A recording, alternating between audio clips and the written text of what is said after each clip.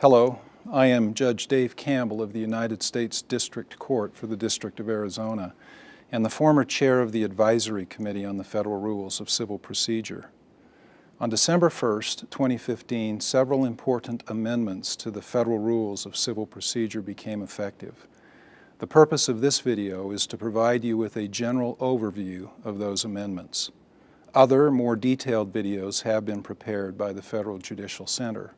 Those videos, as well as other materials explaining the new amendments, are available on the FJC website. The amendments grew out of a conference convened by the Civil Rules Advisory Committee in May of 2010. The conference was convened for the purpose of evaluating the state of civil litigation in federal court. Some 200 judges, lawyers, and academics from all parts of the country and representing a wide range of views were invited to discuss their experiences with civil litigation in federal courts. Several surveys were completed before the conference, including members of the Section of Litigation of the American Bar Association, fellows of the American College of Trial Lawyers, and members of the National Employment Lawyers Association. The conference found that federal civil litigation works reasonably well, that a complete overhaul of the system is not warranted. The conference also concluded, however, that the system can be improved, particularly in 4 areas: increased cooperation among litigants during the pretrial process, greater proportionality in discovery, earlier and more active management of cases by judges, and improved guidance on the preservation and loss of electronically stored information, sometimes referred to as ESI. Over the next 4 years, the Advisory Committee developed amendments in these 4 areas and a few others. The committee worked through numerous drafts, additional conferences, and a public comment period that produced more than 2,300 written comments and testimony from 120 witnesses at 3 public hearings. The proposed amendments ultimately were approved unanimously by the Advisory Committee, the Standing Committee that oversees the work of all of the Rules Committee, the Judicial Conference of the United States, and the United States Supreme Court. Collectively, these rule changes provide a unique opportunity to improve the delivery of civil justice in federal court by making pretrial litigation more efficient and less expensive without sacrificing any party's need to obtain the evidence necessary to prove or defend its case.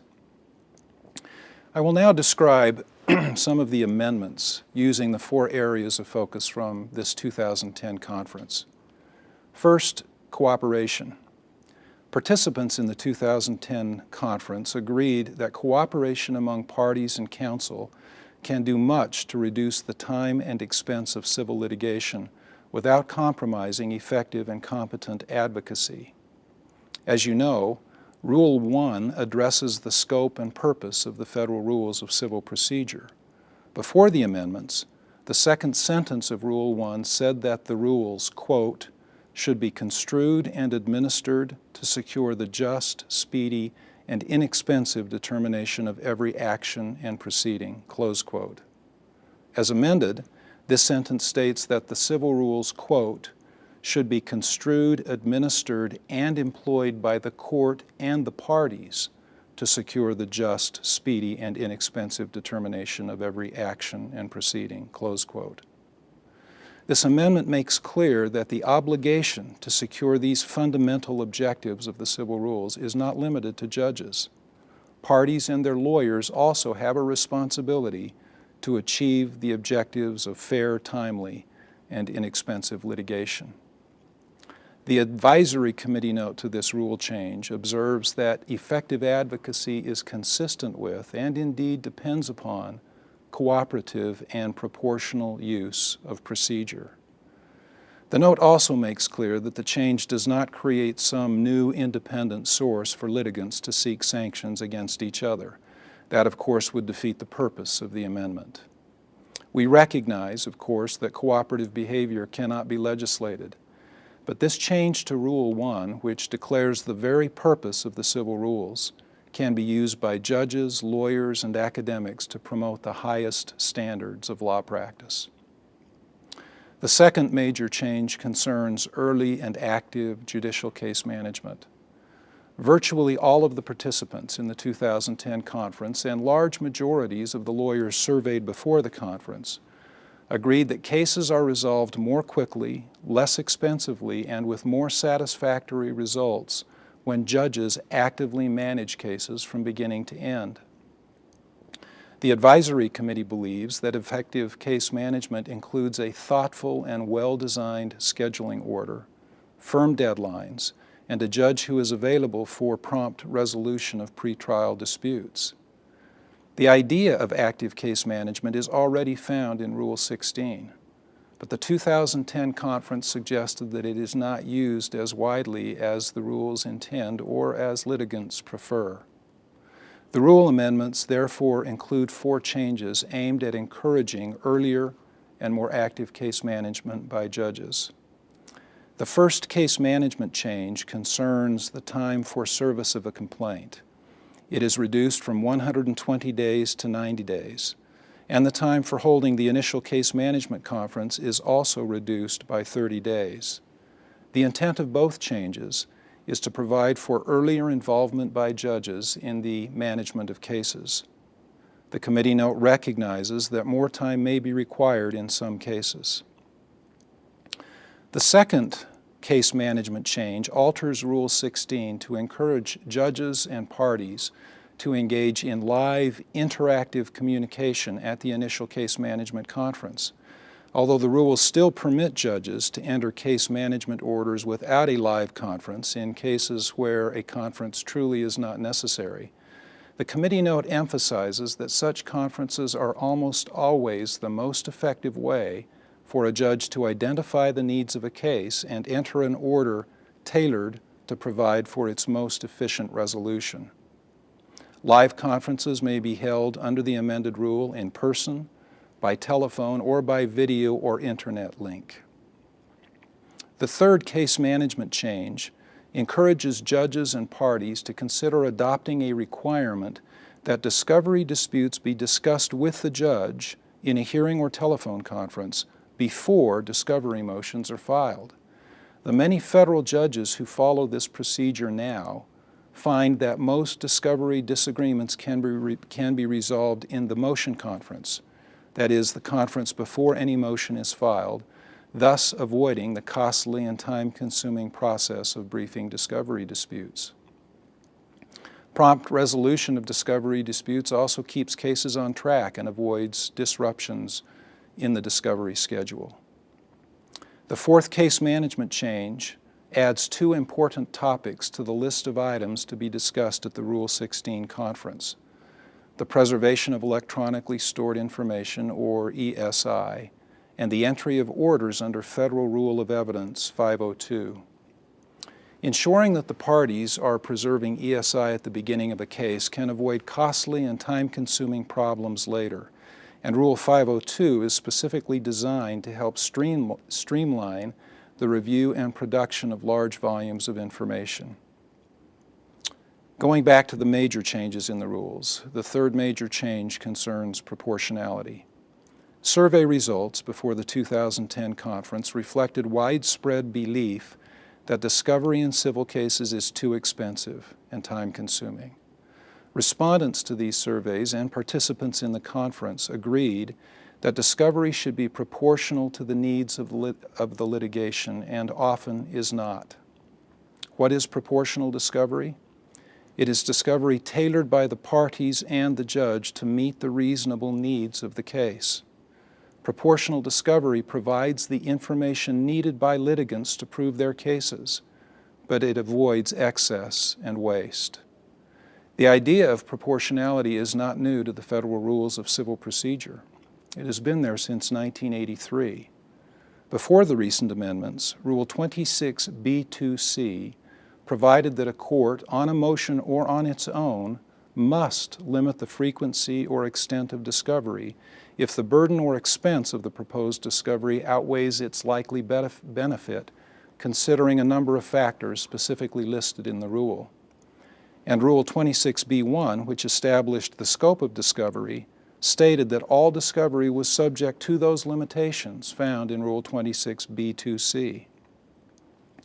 The new amendments have moved the proportionality factors in Rule 26b2c to Rule 26b1. They are now part of the scope of discovery. Thus, discovery in civil litigation will now be defined as follows. Quote, parties may obtain discovery regarding any non-privileged matter that is relevant to any party's claim or defense and proportional to the needs of the case, considering the importance of the issues at stake in the action, the amount in controversy, the party's relative access to relevant information, the party's resources, the importance of the discovery in resolving the issues, and whether the burden or expense of the proposed discovery outweighs its likely benefit." Close quote. These factors come from Rule 26b2c with some modifications that are explained in the Advisory Committee notes. The purpose of this change is to make proportionality an integral part of the scope of discovery. It is intended to prompt a discussion among the parties and the court early in the litigation about the discovery that is truly needed to resolve the case. A few points are worth emphasizing. This change is not intended to deprive any party of the evidence needed to prove its claim or defense. The intent is to eliminate excessive and unnecessary discovery. The Advisory Committee note also recognizes that in some cases, one party has much more relevant information than the other party. The fact that discovery flows mostly one way in these cases does not mean that it is disproportional. The note also explains that the change does not place the burden of proving proportionality on the party seeking discovery. As I already mentioned, the intent is to prompt a discussion among all the parties and the court. The note further makes clear that it does not authorize boilerplate refusals to provide discovery on the ground that it is not proportional. There is one other change to Rule 26b1 I will mention. The sentence which provides that relevant information need not be admissible at the trial if the discovery appears reasonably calculated to lead to the discovery of admissible evidence has been eliminated. That sentence was never meant to define the scope of discovery. It was added to the rules in the 1940s to stop lawyers from objecting in depositions to relevant questions on the ground that the answers would be inadmissible hearsay. The sentence has been replaced with a new sentence that retains this original intent. The new sentence reads, quote, information within this scope of discovery need not be admissible in evidence to be discoverable, close quote. Several other changes have been made to the discovery rules, particularly Rules 26 and 34, that are intended to make discovery more efficient and less expensive. The fourth major area of change concerns the preservation and loss of ESI. The explosion of electronically stored information, as you well know, has created a variety of problems in civil litigation. These include challenges surrounding the pretrial and post-trial preservation of ESI, expensive and time-consuming litigation over the loss of ESI, and a lack of uniformity in federal court cases on the consequences of losing ESI. New Rule 37E is designed to address some of these ESI challenges. The new rule does not create a duty to preserve ESI, but instead recognizes the existing common law duty to preserve information when litigation is reasonably anticipated. The rule applies when ESI that was subject to a duty to preserve, quote, is lost because a party failed to take reasonable steps to preserve it, and it cannot be restored or replaced through additional discovery, close quote. The rule thus calls upon parties to take reasonable steps to preserve ESI. If reasonable efforts were not taken, ESI is lost as a result, and the ESI cannot be restored or replaced through additional discovery, then a party may seek relief under subdivisions E1 or E2 of the new rule. Subdivision E1 applies if the loss of ESI results in prejudice to a party. It provides that the court may take measures to cure the prejudice caused by the loss but no greater than necessary to cure the prejudice.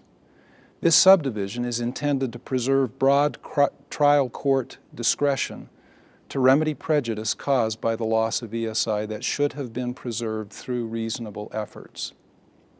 Subdivision E2 addresses more severe sanctions and applies only if the party that lost the ESI acted with the intent to deprive the other party of the ESI's use in the litigation.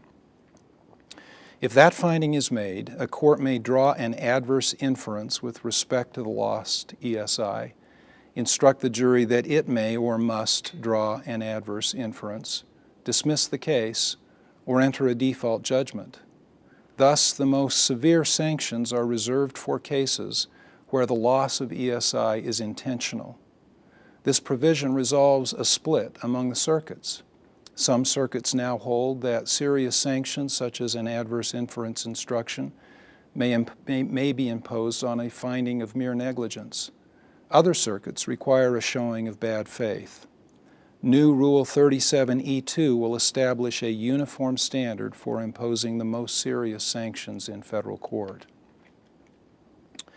In conclusion, the new rule amendments are intended to promote needed improvements in federal civil litigation, more cooperation among parties, earlier and more active case management by judges, greater proportionality in discovery, and clearer guidelines for the preservation and loss of ESI.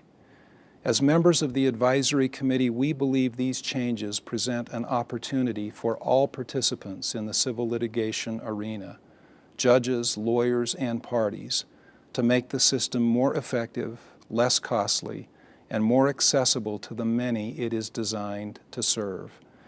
These amendments will make a difference, however, only if all of us change our behavior and help accomplish these goals. We respectfully invite your participation in this effort to improve the delivery of civil justice in our federal courts. Thank you.